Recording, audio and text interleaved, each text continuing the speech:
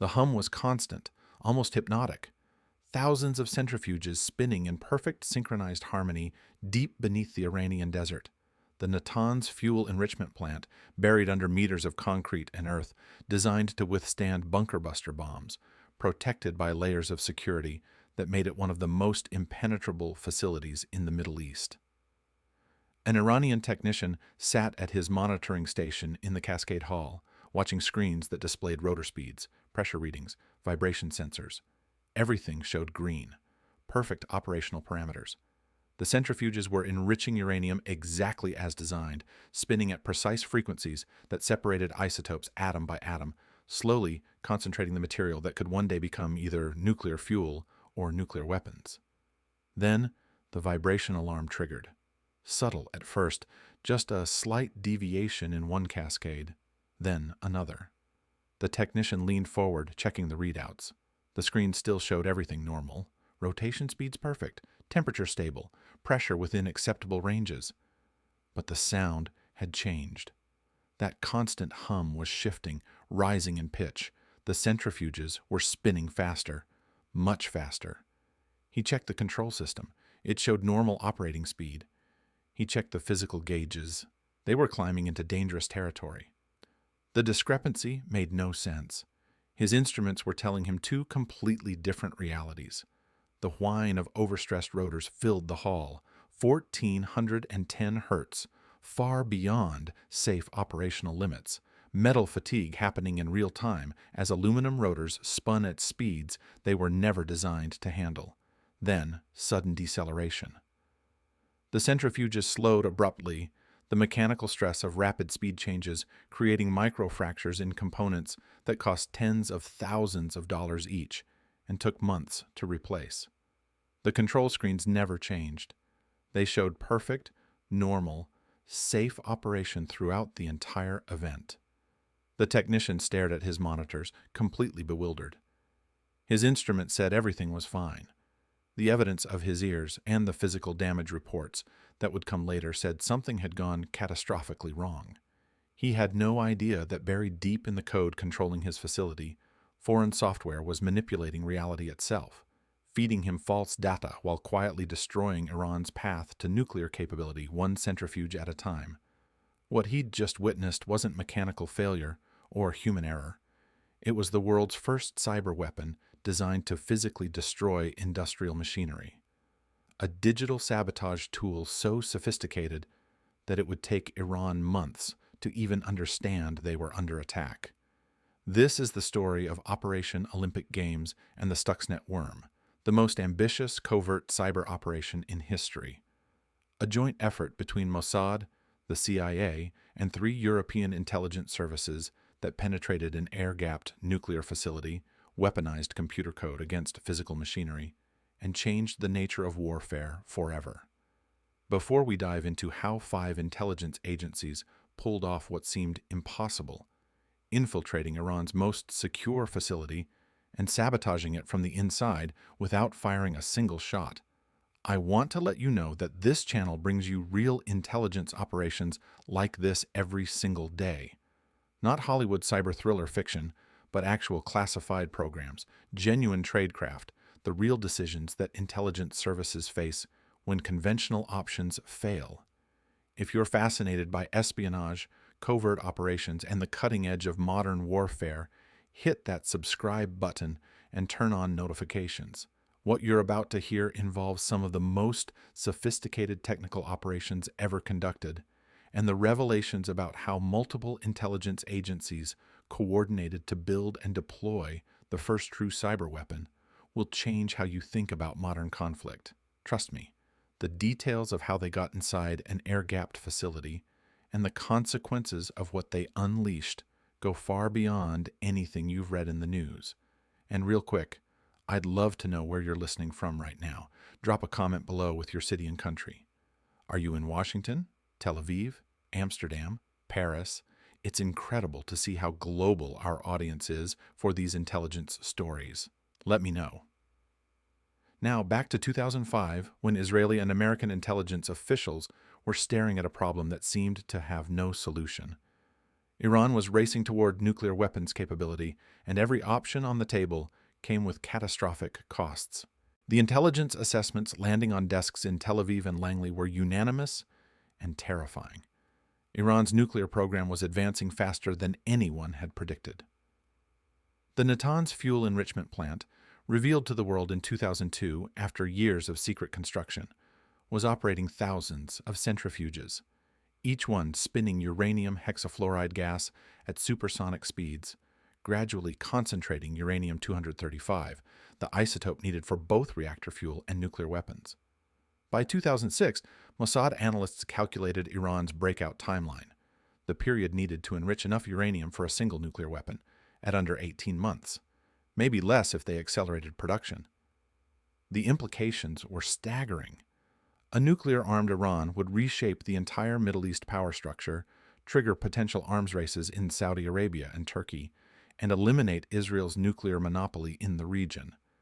The Israeli government faced an impossible choice: do nothing and watch Iran acquire the bomb, launch military strikes and trigger a regional war that could draw in the United States, destabilize global oil markets, and kill thousands. Or find some third option that nobody had quite figured out yet. Military planners had studied the airstrike option exhaustively. The problems were overwhelming. Natanz was buried deep underground, built into a mountain, hardened against conventional bombing. You'd need repeated strikes with the heaviest bunker penetrator bombs in the Israeli arsenal. And even then, success wasn't guaranteed. The facility was too deep, too well protected. Even if the strike succeeded militarily, the political and strategic costs would be catastrophic. Iran would retaliate through Hezbollah in Lebanon, proxies in Iraq, and potentially direct missile attacks on Israeli cities. Oil prices would spike. The entire region could ignite. American forces in Iraq would face intensified attacks. The international community would condemn Israel for launching a preventive war. Diplomacy wasn't working either. Years of negotiations had produced nothing but Iranian delays and deceptions. Economic sanctions were causing pain, but not stopping the centrifuges from spinning. The International Atomic Energy Agency had access for inspections, but no power to halt enrichment. Iran was simply running out the clock, getting closer to weapons capability while talking peace. That's when someone in Israeli intelligence proposed something radical, something that had never been done before. What if you could destroy the centrifuges without bombing them? What if you could reach inside that underground fortress and make the machines destroy themselves, all while making it look like routine mechanical failures? The idea seemed like science fiction. Natanz was air-gapped, completely isolated from the internet. No external network connections. No wireless access. Physical security included multiple checkpoints, biometric scanning, armed guards, and compartmentalized access that meant even people working inside the facility only saw small pieces of the operation. How do you hack a computer system that isn't connected to any network? How do you write malware that can physically damage machinery? How do you test such a weapon without Iran discovering what you're developing? And even if you could build it, how do you get it inside one of the most secure facilities on Earth? The planners at Mossad headquarters in Tel Aviv began assembling answers to those questions. The operation would require capabilities beyond what any single intelligence agency possessed. It would need the CIA's technical resources and testing facilities. It would need human intelligence to get inside Natanz. It would need detailed knowledge of the industrial control systems Iran was using. It would need supply chain access to sabotage hardware before it even reached Iran. This couldn't be a unilateral Israeli operation. It had to be a coalition effort, combining the unique capabilities of multiple intelligence services into something unprecedented. Mossad reached out to the CIA first. The Americans had their own concerns about Iranian nuclear development and their own political constraints about military action. The Bush administration was already fighting 2 wars in Iraq and Afghanistan. A third conflict in Iran was unthinkable. But a covert cyber operation that avoided conventional warfare? That might be possible. The CIA brought something critical to the table that Israel couldn't provide alone: the ability to build full-scale replicas of Iranian centrifuges for testing. American nuclear laboratories had the expertise, the facilities, and the resources to construct exact mock-ups of Iran's IR-1 centrifuge cascades. You could test cyber weapons against those replicas without any risk of Iranian detection. By late 2006, somewhere in the United States, probably at Oak Ridge National Laboratory or Sandia, CIA engineers were building those test facilities: full cascade halls with spinning centrifuges, Siemens controllers, the exact specifications Iran was using at Natanz, the testing ground for a weapon that didn't exist yet. Meanwhile, Mossad was pulling in additional partners. The operation needed human access to Natanz.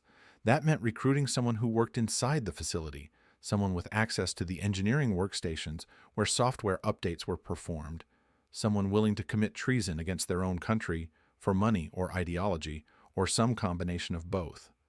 That's where Dutch intelligence entered the picture. The AIVD, Netherlands General Intelligence and Security Service, had developed sophisticated networks in Iran over decades.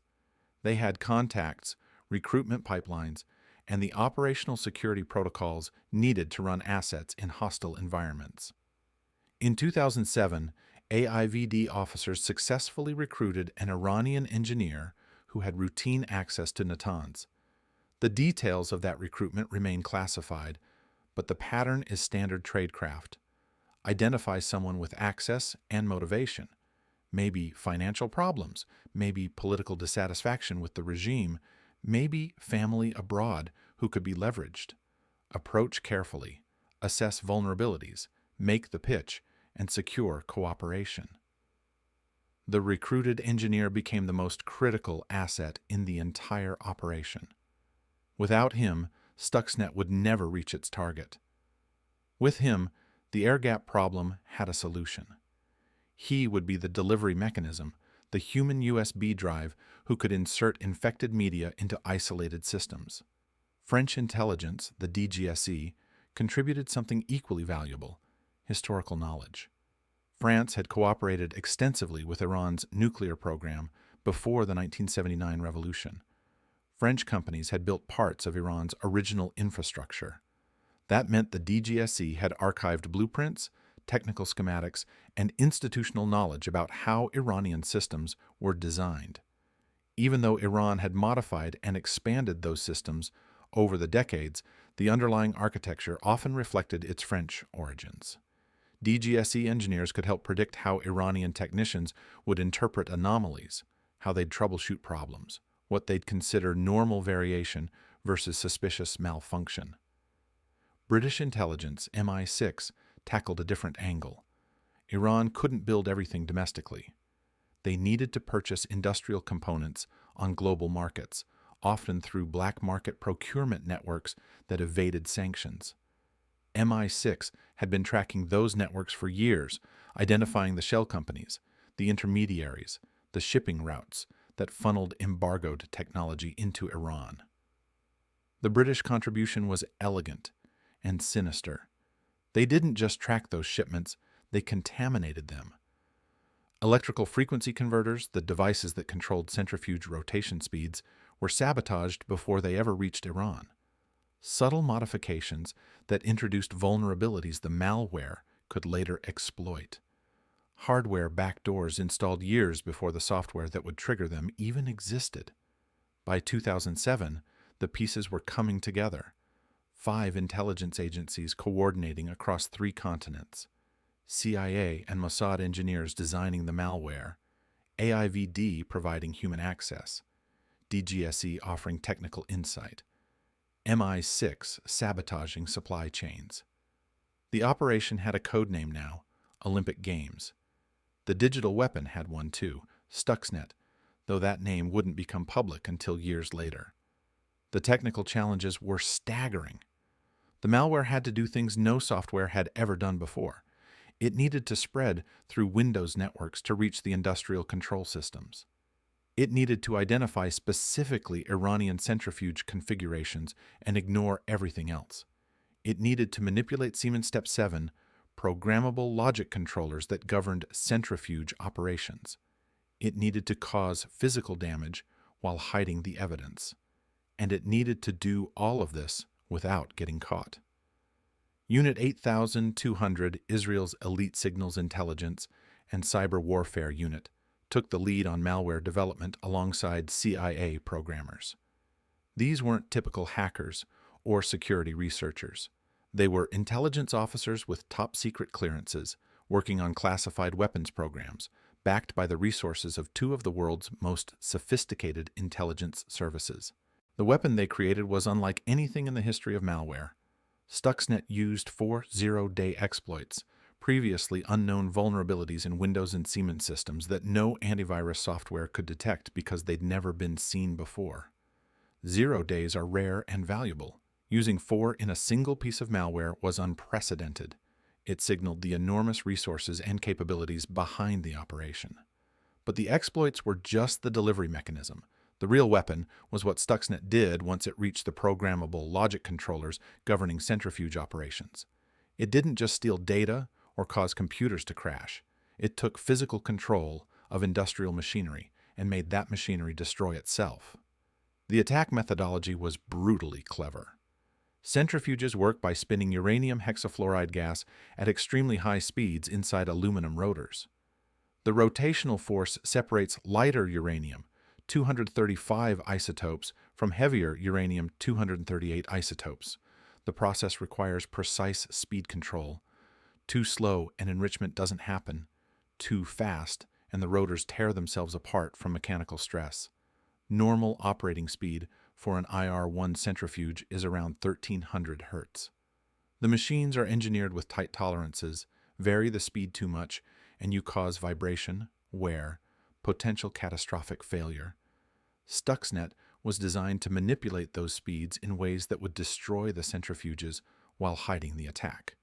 It would periodically command the variable frequency drives to spin rotors up to 1410 Hertz, far beyond safe limits, then abruptly slow them down.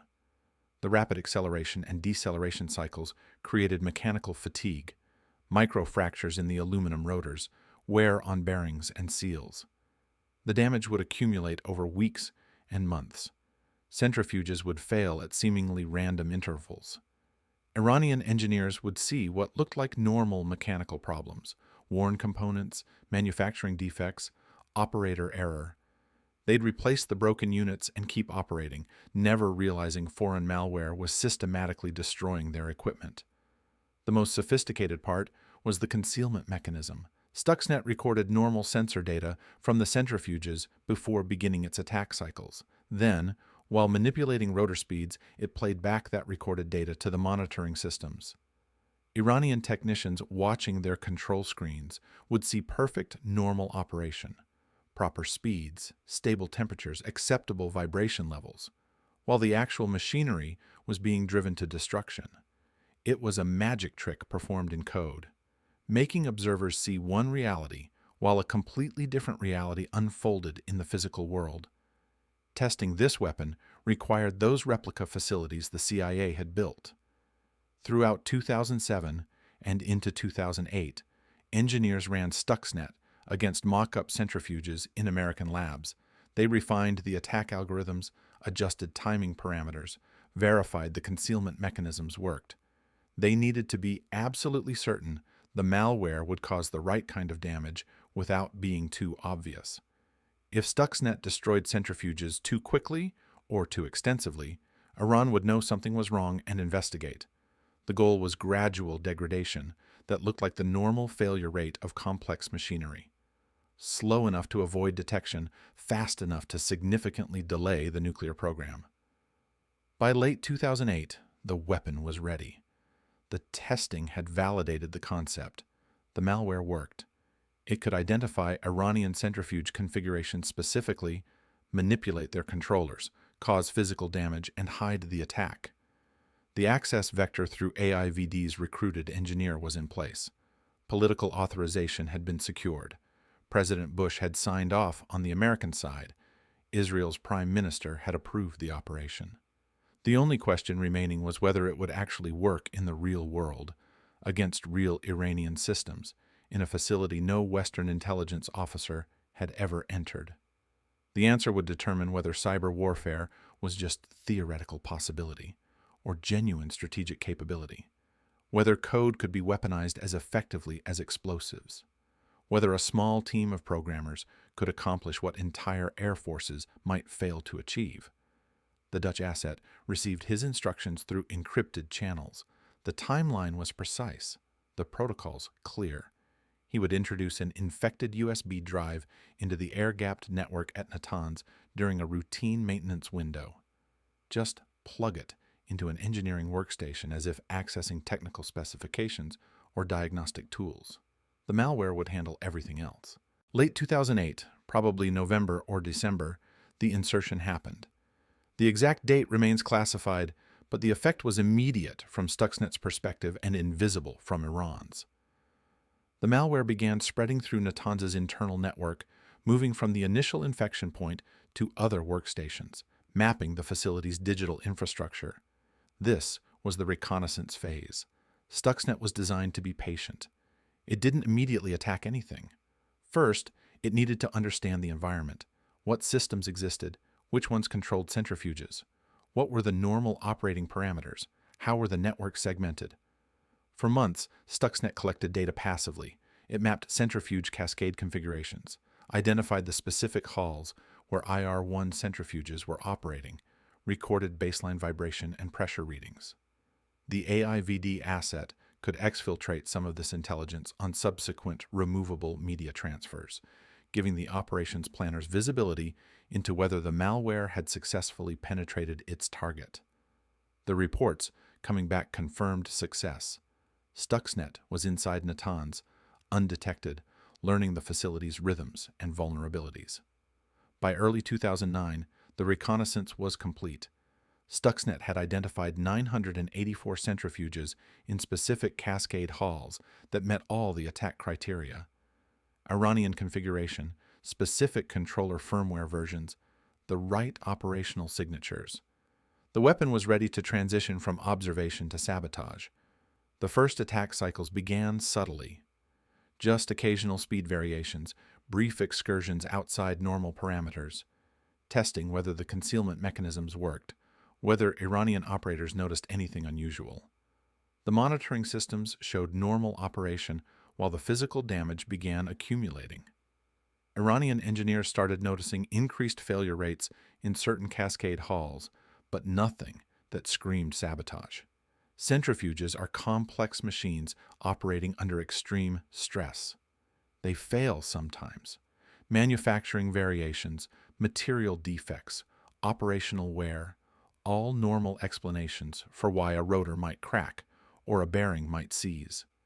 Natanz's maintenance teams removed the failed units and installed replacements. They documented the failures, looked for patterns, adjusted operating procedures slightly, standard engineering responses to what appeared to be standard engineering problems. Throughout 2009, the sabotage accelerated. Stuxnet's attack cycles became more frequent, more aggressive, rotor speed spiking to 1410 hertz, the machine screaming as aluminum components strained beyond their design limits, then sudden decelerations that created shock loads through the entire assembly. Hundreds of centrifuges developed problems. Vibration issues, seal failures, cracked rotors. Iran quietly removed over 1,000 units from operation during 2009, far above normal replacement rates. The enrichment program slowed measurably as cascade capacity decreased. Iranian engineers conducted extensive investigations. They suspected manufacturing defects in components. They investigated whether operators were making procedural errors. They checked for environmental factors, temperature variations, power fluctuations, anything that might explain the elevated failure rate.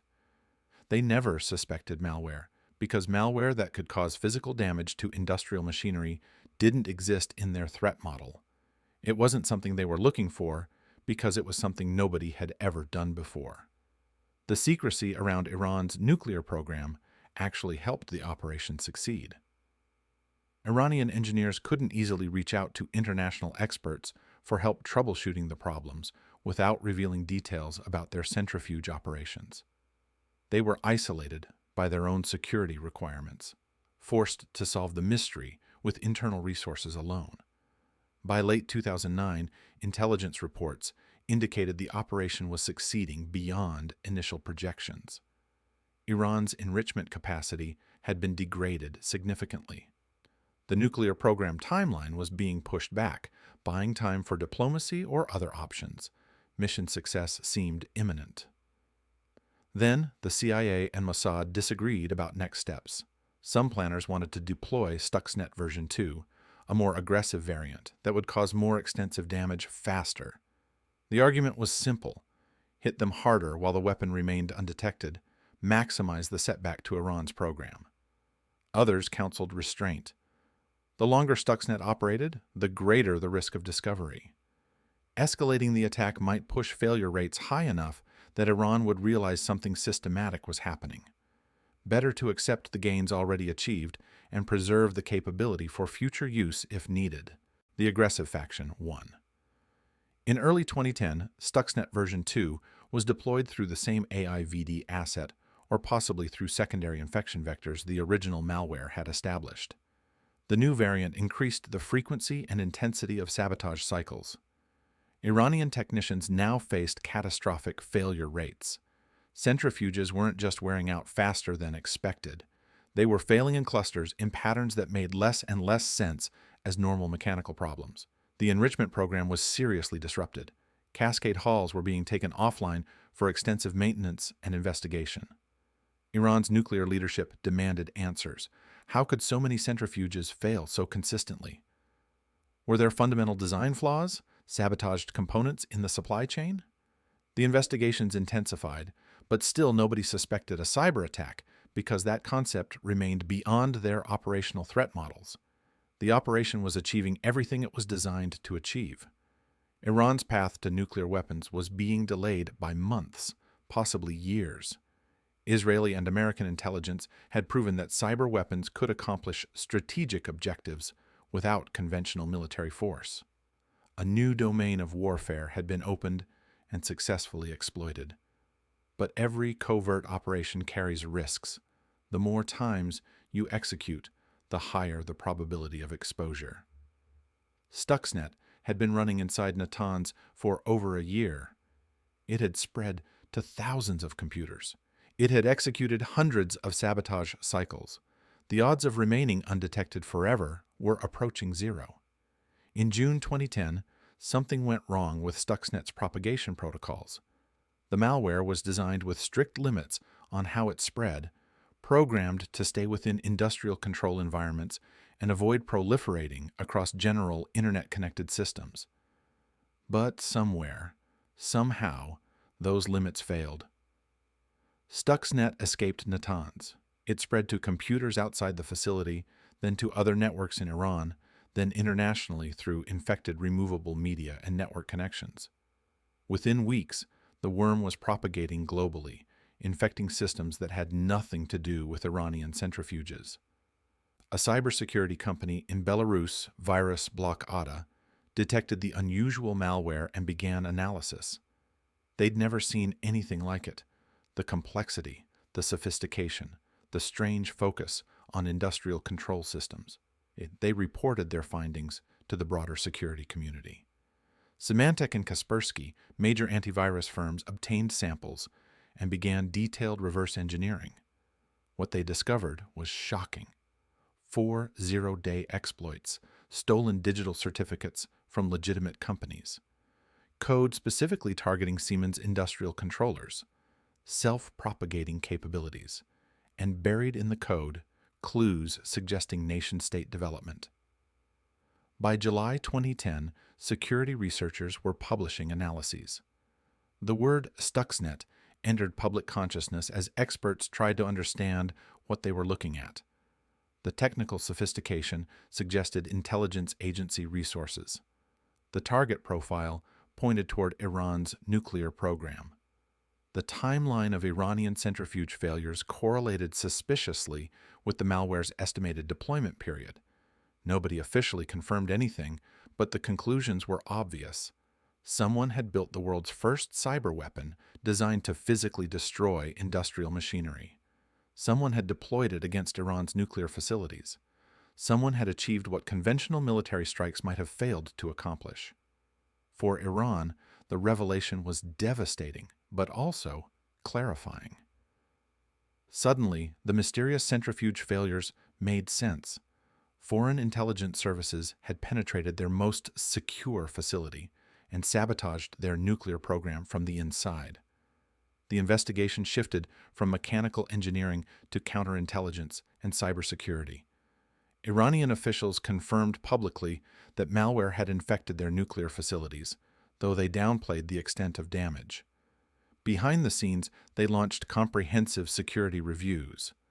How had the malware gotten inside an air-gapped facility? Who had introduced it? Were there insider threats? The paranoia that follows any successful penetration operation consumed Natanz's security apparatus. The AIVD asset, if he was smart, had already been extracted or gone to ground. The moment Stuxnet's existence became public knowledge, anyone who'd had access to introduce malware became suspect. Dutch intelligence had hopefully pulled their asset out before Iranian counterintelligence could identify him. For the intelligence agencies behind Operation Olympic Games, the exposure was both success and failure. The mission had succeeded. Iran's nuclear program had been set back 12 to 30 months, according to most estimates. Over 1,000 centrifuges destroyed or damaged. Enrichment capacity significantly reduced. All without firing a shot, without losing a single pilot, without triggering regional war. But the weapon was now public knowledge. Its techniques could be studied, copied, adapted. The vulnerabilities it exploited would be patched. The element of surprise was gone forever. You could only use Stuxnet once because now everyone knew cyber weapons could cause physical damage and would defend against that threat. The broader strategic implications were profound and troubling. Stuxnet proved that critical infrastructure, power grids, water systems, transportation networks, industrial facilities, was vulnerable to cyber attack in ways that could cause real-world physical harm. It demonstrated that nation-states were willing to develop and deploy such weapons. It opened a new domain of warfare where attacks could be launched anonymously from anywhere on Earth against targets that might never know they were under attack until systems started failing. I have to pause here and ask you something.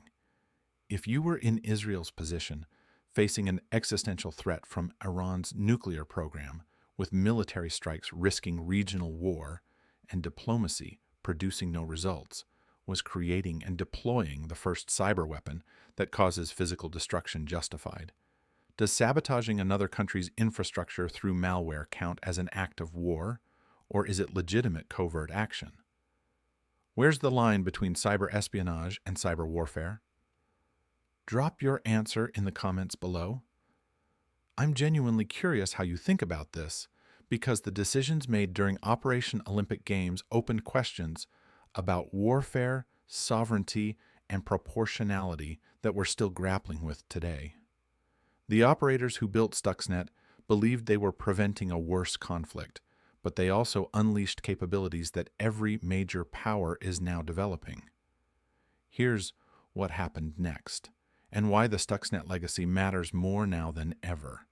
Iran didn't take the discovery of cyber sabotage passively. In 2011, they established the Iranian Cyber Defense Command, a new military unit dedicated to both defending against future attacks and developing offensive capabilities. The message was clear.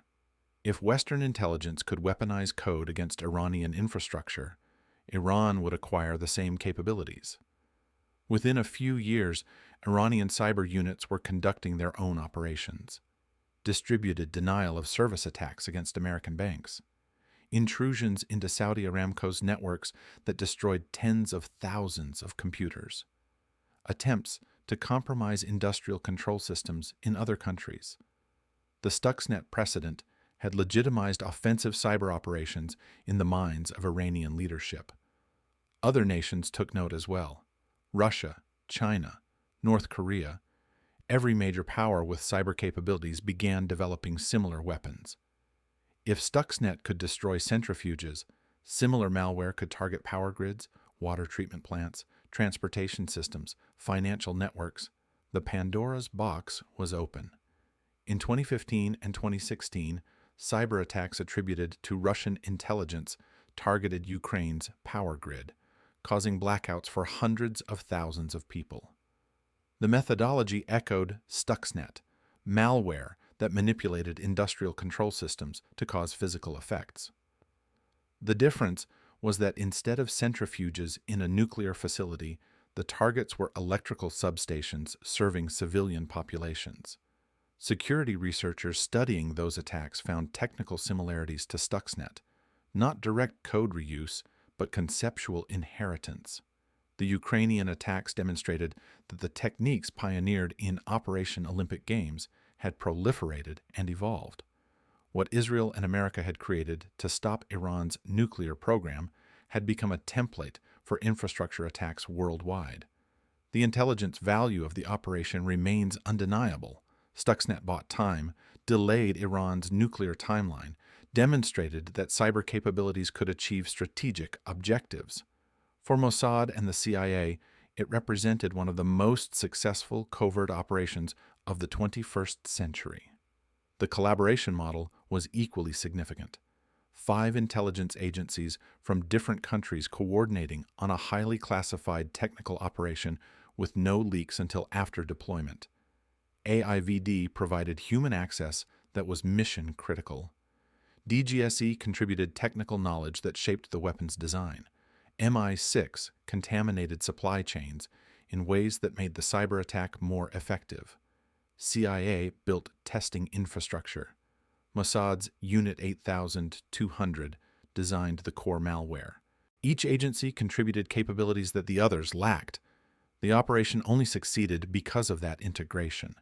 It proved that intelligence cooperation could achieve results beyond what any single service could accomplish alone. The human cost deserves consideration too. Iranian engineers who worked at Natanz had their careers destroyed.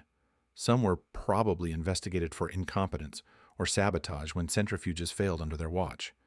The recruited AIVD asset lived with the knowledge that he'd betrayed his country, even if he believed the cause was just. The Stuxnet operators carried the responsibility of creating a weapon that would be copied and used in ways they might never have intended. The technical brilliance of Stuxnet remains remarkable years later. 4 zero-day exploits, stolen digital certificates, precise targeting of specific industrial configurations, concealment mechanisms that hid physical sabotage behind false sensor data, self-limiting propagation designed to avoid detection, all packed into malware that was operational in the real world against a sophisticated adversary. Security researchers still study Stuxnet as the gold standard of advanced, persistent threats. Its complexity exceeded anything in the malware landscape before or since. The resources required to develop it, talent, time, testing infrastructure, intelligence support, indicated nation-state backing with high confidence even before confirmation. The geopolitical calculus around Iran's nuclear program shifted after Stuxnet. Iran knew their facilities were vulnerable in ways they hadn't understood before. Israel and America knew they had capabilities beyond conventional military options. The nuclear negotiations that eventually produced the Iran deal in 2015 happened in the shadow of Stuxnet's demonstration that Iran's program could be sabotaged covertly. Whether the deal would have been possible without Stuxnet is unknowable. But the operation certainly changed Iranian perceptions of their own security and the costs of pursuing nuclear weapons. Knowing that your most secure facilities can be penetrated and sabotaged without you even realizing it for months changes risk calculations fundamentally. For the Dutch intelligence service, the operation demonstrated both capability and vulnerability. AIVD proved critical to one of the most important intelligence operations of the decade by recruiting and running the asset who penetrated Natanz. But they also nearly lost that asset when his identity was endangered, forcing temporary Dutch withdrawal from the operation until security could be reestablished. Small intelligence services can punch above their weight in international operations when they bring unique capabilities. In this case, human access networks in Iran that larger services hadn't developed. The AIVD contribution showed that intelligence cooperation isn't just about big powers directing smaller allies, but about combining different strengths into something greater than the sum of parts. The French contribution of historical technical knowledge illustrates another aspect of intelligence work that rarely gets attention. Archives matter. Institutional memory matters. DGSE's ability to provide blueprints and design philosophy from decades-old French cooperation with pre-revolutionary Iran shaped how Stuxnet was engineered to exploit Iranian systems underlying an architecture. British supply chain contamination demonstrated the patience and long-term planning involved in sophisticated intelligence operations.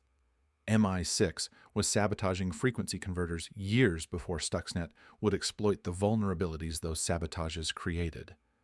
That kind of operational timeline requires coordination across political administrations, sustained commitment of resources, and confidence that investments made in 2006 will pay off in 2009. The operational security around Olympic Games was generally excellent until Stuxnet's accidental release. For years, multiple intelligence agencies ran agents, developed malware, tested systems, and deployed weapons without any leaks. In an era where classified programs often appear in newspapers within months, maintaining secrecy that long across that many organizations was an achievement in itself. When exposure finally came, it wasn't through human betrayal or intercepted communications. It was through the malware's own unintended propagation, a technical failure rather than a tradecraft failure. That distinction matters because it suggests the human operational security was solid even when the technical containment mechanisms failed. The question of whether Operation Olympic Games was worth its long-term costs remains debatable. In the short term, it clearly succeeded. Iran's nuclear program was delayed. War was avoided. Israeli and American intelligence proved cyber capabilities that changed strategic calculations. In the long term, the precedent set may haunt its creators. Every infrastructure attack since Stuxnet carries its DNA.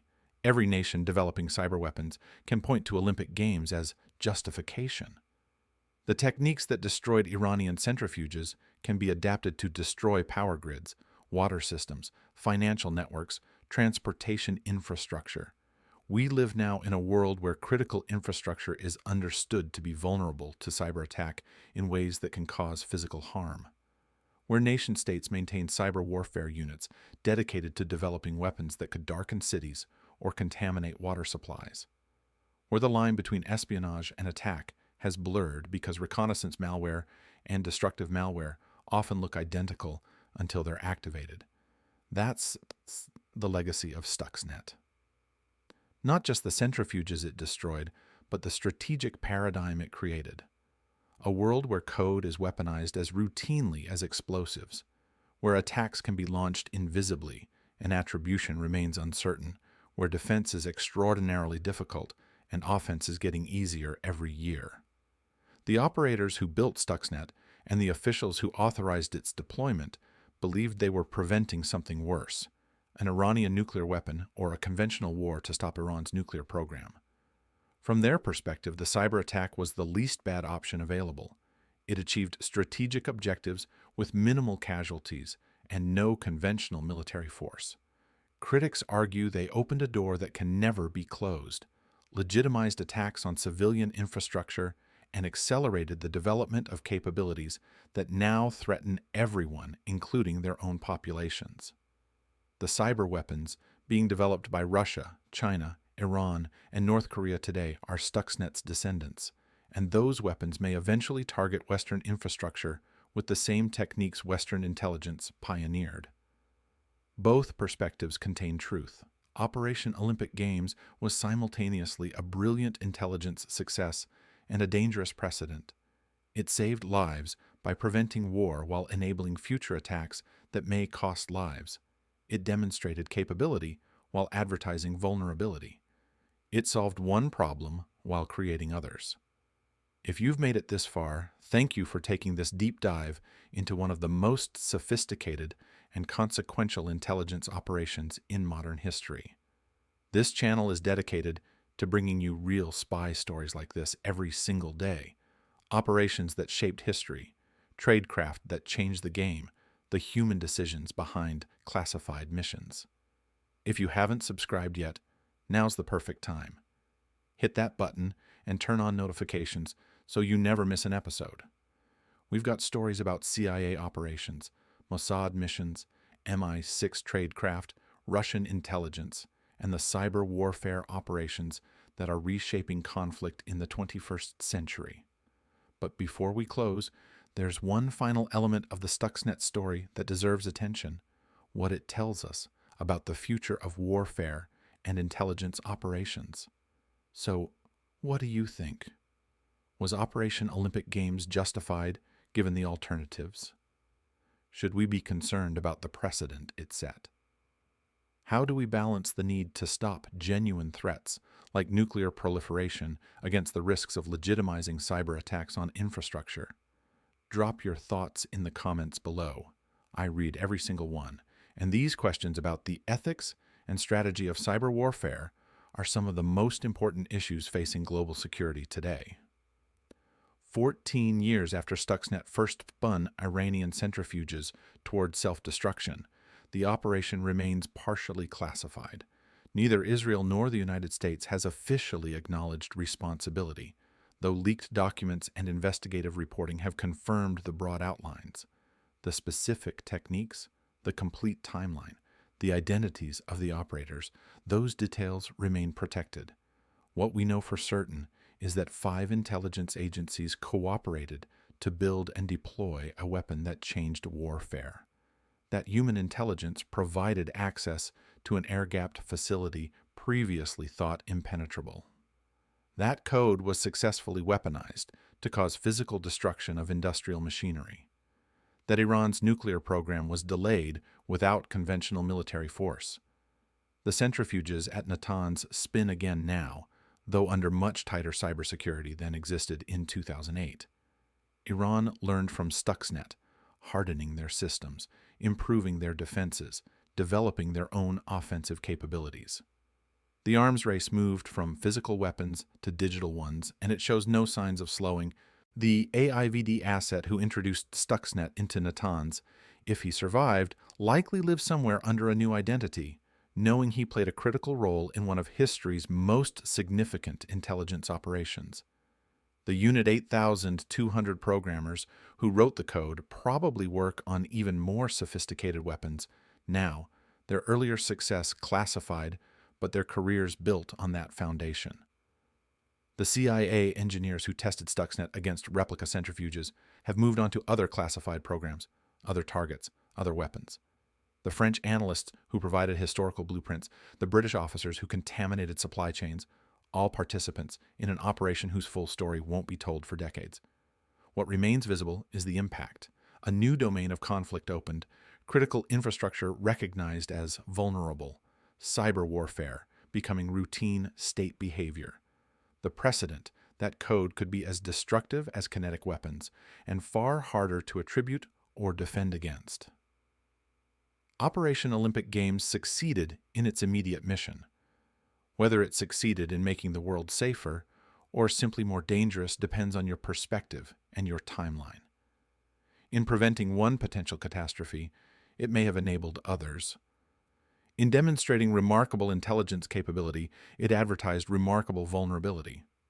The Iranian technician who watched his centrifuges destroy themselves while his control screens showed normal operation experienced something that had never happened before in the history of warfare, defeated by an enemy he couldn't see using a weapon he didn't know existed. That disorientation, that gap between observed reality and actual reality, is now a permanent feature of modern conflict.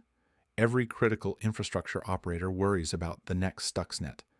Every intelligence service develops capabilities inspired by it. Every nation with cyber units asks whether their power grids, water systems, or industrial facilities could be sabotaged the same way Iranian centrifuges were. The questions Stuxnet raised have no easy answers. How do you deter attacks you can't reliably attribute? How do you defend infrastructure that was never designed with cybersecurity in mind? How do you prevent escalation when attacks can be launched anonymously and victims can't be certain who hit them? How do you establish norms and rules for a domain where offense dominates defense and attribution remains uncertain? These aren't abstract policy questions. They're urgent strategic challenges facing every developed nation. The techniques proven in Operation Olympic Games are proliferating. The capabilities are becoming more sophisticated. The targets are becoming more diverse. Stuxnet demonstrated what's possible. What comes next may demonstrate what's inevitable. The digital weapon that destroyed Iranian centrifuges was carefully controlled, precisely targeted, designed to achieve specific strategic objectives without collateral damage. Future cyber weapons may not be so restrained. The operators who built Stuxnet believed they were preventing a nuclear Iran and avoiding a regional war. They succeeded in those immediate goals. But they also proved that critical infrastructure could be weaponized through code, that air-gapped systems weren't truly isolated, that physical security couldn't protect against digital weapons. Those lessons are now being applied by intelligence services worldwide, not always with the same restraint or the same objectives. The genie is out of the bottle. The precedent is set. The capabilities are proliferating. Operation Olympic Games remains one of the most sophisticated intelligence operations ever conducted. A multinational effort that combined human intelligence, cyber weapons development, supply chain sabotage, and technical brilliance into a successful strategic operation.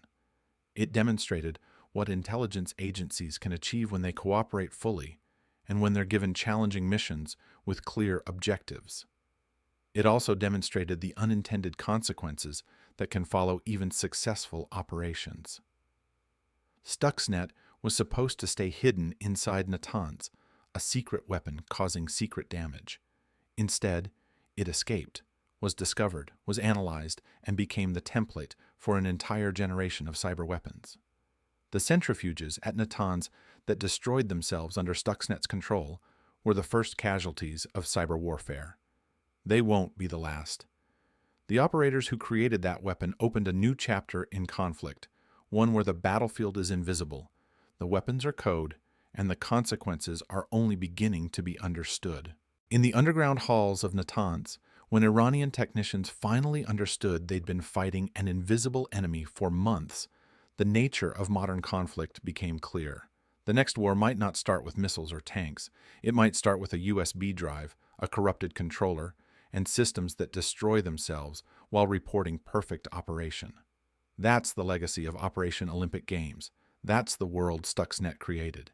And that's the future we're all navigating now, whether we realize it or not.